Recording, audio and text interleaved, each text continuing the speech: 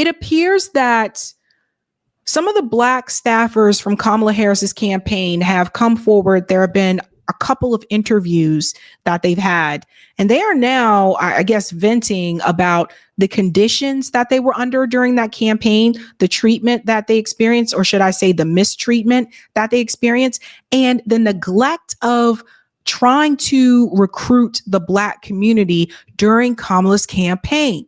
Now, one of these areas that they heavily focus on during these interviews is Pennsylvania, in particular, Philadelphia, and what happened in Philadelphia. So I just want to go back to refresh your memory, and then we're going to move forward to show you what the problem was in Philadelphia. You may remember this video a while back. Prior to election night, there were a group of Black voters that were supporting Donald Trump, and Alex Wagner was interviewing them. This was one of the videos I showed. There were many, but this was one of the ones I showed from Philadelphia that showed that Kamala Harris was having a difficult time, in particular in that city. Let's just refresh your memory here, and then we'll get into what the staffers had to say. What are your feelings? And let me start with the women here about Kamala Harris. She's a woman of color. I'm not putting her down because of that, and I'm not putting her down because she's a woman. I'm not a feminist, so I'm sorry. But at the end of the day, I don't think that she has the personality. I don't think that she has what it takes to go up against Putin and go up against these other presidents that are built for this. I don't want to be scared because my president is scared. I want my president to feel secure and manly and about it. We brought up gender, right? Like, do you think it matters that she's a woman and people aren't comfortable having a woman in a top leadership role? No, I don't think that, because most men, they love their mothers. They love their wives. So as a woman, most men, they respect the woman, but she just don't have the qualification or the education to really run America, because she don't have the experience. She don't understand our struggles. And for me to believe you for another 4 years, you're crazy. Right. Like, you're crazy. You're saying the same thing that you said 4 years ago. So the fact that she's the vice president, that's to just you the is bottom line. You're like, you've been here, you've had a chance. Yes. Well, for me, the very first time I ever heard the name Kamala Harris, it was in association to locking up parents for truancy. That was the first time I ever heard of her name. And I really didn't understand how this person claims to be a Black woman, but yet she's locking up Black women and Black men and separating families. This is the thing that is, Trump talks about this a lot. He says, you know, Kamala Harris became Black when it was convenient. Right. Yeah. Can you talk to me about, do you agree with him on that? Do you feel like she's wearing her Blackness? Absolutely. When she swore into the Senate, it was as the first Indian American. Thank you. Which is, it's fine. We don't care. We all know she's not Black. Let's understand that. We are all clear of that. But my point of view is, like I told you earlier, she's already been there. She's in office right now.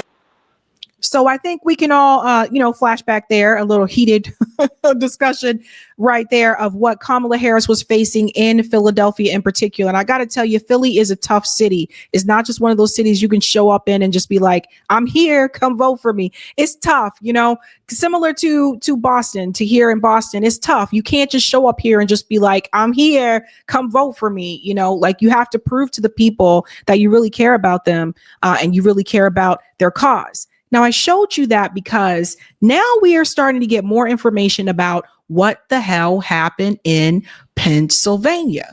So I want to get into this article here, and shout out to Nathan Robinson for this, the current affairs, because this really breaks down some things that happened in Philadelphia. Now, he says how much of Kamala Harris's campaign was a scam. But this gets into how the money was spent, and in particular, Philly. So let's go down here. I'll make this bigger for the people in the back, so you don't got to put on your glasses tonight. Hello. And we are going to start right about here. The New York Times, for instance, has reported that even as Harris' campaign splurged on celebrity-filled events, including paying Oprah's production company $1 million, in Philadelphia, many of the field offices were filthy and lacked basic supplies like tables, chairs, cleaning products, and printers, staff members said. Let's highlight this here. Go away. So this tells you right here that there wasn't effort put into Philadelphia. If people have filthy spaces, if they lack basic supplies, as is quoted in this article by Nathan Robinson, that means that there wasn't effort put there. And part of that could have been for the reason that maybe Kamala's campaign assumed, well, you don't really have to campaign as heavily in the Black communities because they'll see you as one of them. So you ain't really got to get them. You got to go over and try to get those Nikki Haley voters. Remember this? How'd that work out? Remember the whole, I got Liz Cheney a part of my campaign. How did that work out? Did not work out well at all. I think that Kamala Harris found out the hard way that if you ignore the Black base and you don't have a Black agenda, Black people will not come out and support you to help you win this election. She got the lowest amount of support from Black voters when you compare her to Barack Obama, Hillary Clinton, and Joe Biden. So let's go on. There's more about Philadelphia here. It also says city campaign staffers being forced to raid the campaign's better stocked suburban offices or to raise money independently. That is when they had field offices. And in many predominantly Black neighborhoods, campaign staff members were operating out of public parks, grocery store parking lots, and church basements. So basically, long story short, it seems like Kamala Harris's campaign treated the staffers, the Black staffers that were in the Philly area, in the city, worse than they treated those that were in the suburbs. So essentially, if we were to compare this to the education system, it's almost like being penalized because of your zip code. So you are going to get under-resourced education because you're in the city versus those that are in the suburbs because they have, more taxes there. So the schools are heavily resourced and funded. So it almost kind of seems like Kamala Harris was playing that game. Well, because you guys are in the urban area, you don't need much. We're going to put all the money into the suburban offices. But she's supposed to be helping out Black people though, right? See what I tell you? What did I tell you? Let's continue. It goes on to say here, that is when they even had the field offices, and in many of the predominantly Black neighborhoods, campaign staff members were operating out of the public parks, grocery store parking lots, and church basements. A volunteer told the Times there were no yard signs, there was no visibility, there were no t-shirts, there was nobody handing out literature, there were no bumper stickers, there was no sign that we were in the fight of our lives in the most important city in a presidential campaign. Even when there were t-shirts, there could be slapdash. One box of them said Harris Waltz. A Get Out the Vote bus tour for Pennsylvania's Black mayors had its funding pulled without explanation. Funding pulled. So this is why. So basically what you're seeing, folks, is Kamala's campaign put less money and resources into the Black community. They didn't feel it was needed for whatever reason, but they put all this money into Texas and Houston for Beyonce to come out there for 3 minutes and say what she had to say and not perform a show. They put all that money into a state that is red, that they knew they couldn't win, but they went cheap when it came to the Black neighborhoods. That lets you know how little they think about us. That lets you know how little the Democratic Party thinks about us. And that is sad. It goes on to say here, the head of the pro-Harris group recounted frantic campaign staff members in Philadelphia, Detroit, and North Carolina, calling him in the final weeks of the race to say that he did not have enough money to provide food or water to volunteers. Now we find out they ain't feeding people. This is how you treat your people. In Georgia, A country party chair said the Harris campaign get out the vote operation had been non-existent, even as he had pleaded for resources. Somebody who was really trying to help, pleading. Black staff members reportedly felt that the Black vote was taken for granted. And when they aired their complaints in a post-election call, Harris deputy campaign manager told staff members that talking to the press would ruin their career prospects. Highlight this. Now we got blackmail. Blackmail and threats. If you talk to the press, I will make it so that you never work in this town again. Blackmail, threats. So it's not like people didn't want to come forward. So don't blame the staffers. Let's not blame the workers here. Very, very crazy, fam. There appears to have been racism in the allocation of resources, with the campaign deliberately choosing to more heavily fund operations in the white suburbs and neglecting Black urban centers. We're highlighting this one, folks. Heavily fund operations in white suburbs and neglecting Black urban centers. But the Democratic Party, they want to point this out about Donald Trump and the Republican Party when they do the same thing. And I told you, they're sneaky with this because, like I said before, the Republicans are going to be more overt.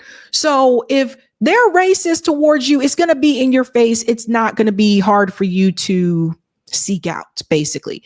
But the Democratic Party, they do it in a covert way. None of us knew about this until this article was released. None of us knew that they mistreated the Black staffers in the Black urban neighborhoods until these staffers did interviews. And had they not done these interviews, we would have never known about it. This is the covert way of being racist and discriminatory to other groups. So now you see how the Democratic Party also does this. I told you, even liberals will prioritize white people over Black people. Do not be fooled. Let's continue. Perhaps on the theory that the Democrats had already successfully appeased Black voters by selecting a Black woman. Here we go. Organizers said they were told not to engage in the bread and butter task of getting out the vote in Black and Latino neighborhoods, and instead were turned into glorified telemarketers. Not to engage. Again, that's how little they think about you. They were told not to engage with you. But keep telling me they're going to do something for Black people. Keep telling me that they're going to help out the Black community. They didn't want to engage with you.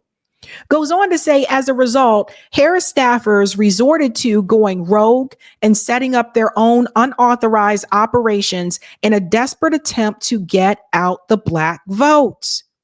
So they went on their own to get Black people to come out and vote. This is insane. This is crazy, people. As operations targeting Black voters were starved, the Harris campaign spent lavishly on other things, paying for an avalanche of advertising, social media influences, and a for-hire door-knocking operation. Thousands of staff, pricey rallies, a splashy Oprah town hall, celebrity concerts, and even drone shows. They spent roughly twice as much as Trump in the final days of the race. Harris ally Bakari Sellers comments that we had so much money, it was hard to get it out the door. Not that they didn't try. And the Times reports that a bevy of consultants, allies, and others were often angling for a cut. Some of them seem to have succeeded, and 4 companies received at least $90 million in payments as of mid-October. And we've gone through some of the receipts before, you guys. We went through the Roland Martin receipts on the show before already. And we also talked about Al Sharpton's payment as well. So this part right here, some of this seems to have been simply bad decision making. Harris made the same error that Hillary Clinton did in 2016. What did I tell you? What did I say? I called it from the jump. I said Kamala Harris is making the same mistakes as Hillary Clinton. which tells me that they weren't really trying to win, like win, right? It was a lot of hype. So Nathan Robinson goes on to say, deploying resources in states like Texas that she clearly was not going to win, that could have instead been used in states she desperately needed to win. We spent money in stupid ways because we had a really bad strategy. That's a former DNC consultant said to Puck. They even bought an expensive TV ad in Florida, a state Harris knew she wouldn't win, just to troll Donald Trump. Other aspects makes Harris makes Harris campaign look like little more than a multi-level marketing scheme. For instance, they spent $111 million on online ads seeking donations. In other words, ads asking for money to pay for more ads asking for money. I was struck over this campaign season by how many texts I got just pleading with me urgently to send more money. I never did, even though I did not want Trump to win the election, because I had zero confidence that the money would actually end up being spent on anything useful. Turns out this lack of confidence was fully justified because your donation might well have gone to a drone show production company or Oprah's staff, or to a pointlessly build a set for a podcast, which reportedly cost $100,000, yet had cardboard walls, raising the question of who got the money, or just towards sending you even more texts. What it did not go toward, apparently, was adequately funding field offices of Black neighborhoods. Now, over the past couple of months, a number of pundits told you, how dare you not support this Black woman? A number of pundits told you, don't you dare question her, anything about her loyalty to the Black community, when you had questions about her record in California, when you had questions about the truancy, when you had questions about her locking up all those Black men over marijuana in California. They said, don't you dare question this Black woman. How dare you question Kamala Harris? The Democratic Party didn't even go through a primary. They selected this woman and said, here she is. She's out in front of you. We are going to make it happen with her. She didn't get far in 2020. The Democratic Party feels like they owe Kamala Harris something. And it's very obvious. Now they're trying to prop up this same woman to run for governor of California. Now, I don't know how many times I can say this, but if you spend a career locking up Black men for marijuana, locking up Black parents for truancy, thus adding to the school to prison pipeline, you spend your time locking more Black people up than you do actually going into the community and talking to Black people, I'm calling you suspect, and I'll be damned if I tell anyone in my community to come out and support you. Not happening over here. After the way that she treated Black staffers that were part of her campaign and the way that she ignored Black urban communities, they want this woman to also be governor of California because they feel like they have to make her a something. And by they, I mean the Clintons, the Obamas, the Democrat leadership, that Democrat machine. This is not owed to Kamala Harris. And she showed Black people just how little she thought about you by ignoring you. Out of all the states to not mess around with, Pennsylvania, she chose to ignore the very base population that she needed in order to win that state.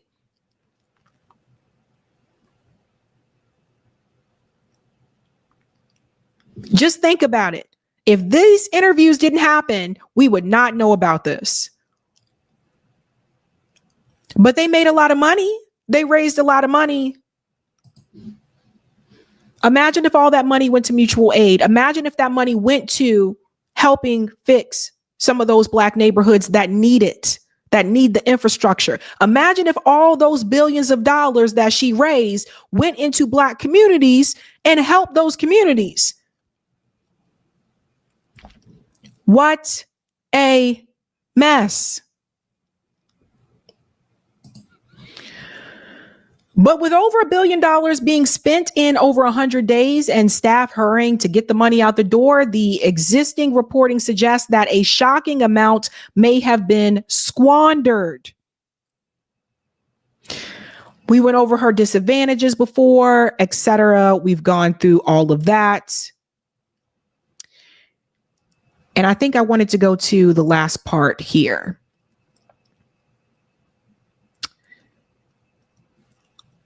Let's highlight this part from Nathan Robinson. He said, all they know how to do is demand money and spend it on nonsense, like a big light up sphere or a concert with celebrities. It's not a quite scam on the level of Bernie Madoff or the crypto industry, but it is certainly a kind of fraud because it relies on convincing good people to part with their money, thinking they are paying for one kind of thing when they may in fact be paying for something they wouldn't want to fund if they understood where the money goes. And ladies and gentlemen, that's why I don't donate to campaigns. The last campaign that I donated to was Bernie 2020. And after that, I said, I'm good. No, thank you. I'm good. Nathan ends with, it's deceptive and wrong. And I suspect we haven't heard the last of the damning reports about how spectacularly this campaign failed. Again, how much of the Harris campaign was a scam? Really sad the way the Black staffers were treated. And then I go back to that comment from Barack Obama where he said, the problem is with you brothers. No, the problem was with you guys not really wanting to care about the Black community. Ay. Hey guys, this was a Sabby clip. If you like what you saw, hit that like button and subscribe.